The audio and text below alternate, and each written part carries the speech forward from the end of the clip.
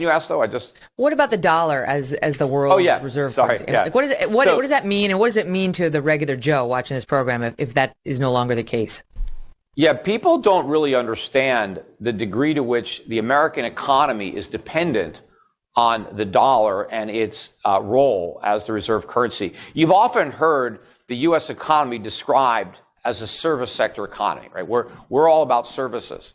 Well, where do we get all the stuff then? Because we certainly consume a lot of stuff. Americans are, incredible shoppers. I mean, we have an insatiable appetite to buy stuff, right? But if we have a service sector economy, where's all this stuff coming from that we're buying? Well, it's coming from China and other countries. Well, how do we pay for it? We don't. We just print money. You see, under a normal economy, if we didn't have the reserve currency, we would either have to produce stuff for ourselves or produce stuff for our trading partners to trade with them for the stuff they produce. But we don't have to produce anything. We just print money. And the rest of the world takes the money we print for the stuff they make. And so we have a much higher standard of living because we get to consume all this stuff that we didn't have to produce. So we didn't really pay for it. But when the dollar loses its status, then the rest of the world isn't going to want dollars anymore. They're going to want stuff. And so if we want their stuff, we're going to have to make some stuff of our own to give them.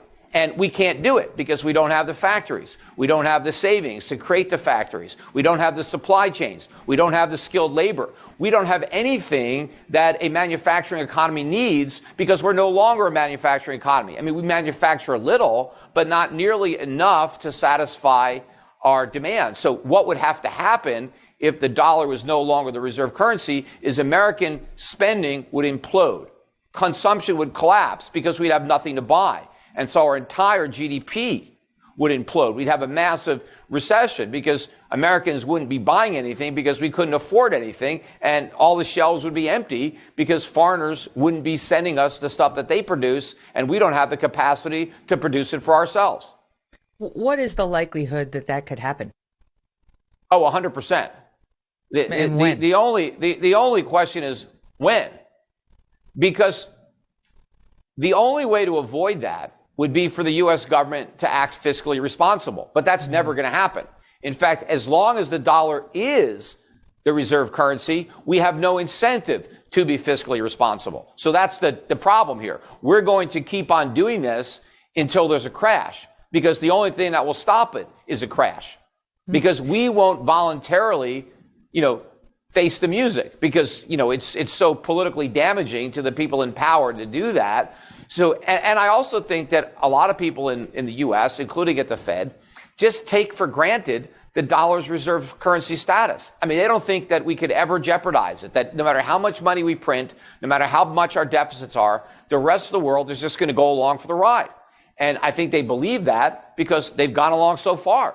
And, we've gotten away with it this long. And so the belief is we'll get away with it indefinitely. And I think that hubris is going to have a big price because that's not going to be the case. And I also think that the Fed and the U.S. government have underestimated the degree to which that reserve currency status is so, integral to the entire bubble economy that we have, our whole service sector economy. That's the linchpin. You pull that out and everything implodes.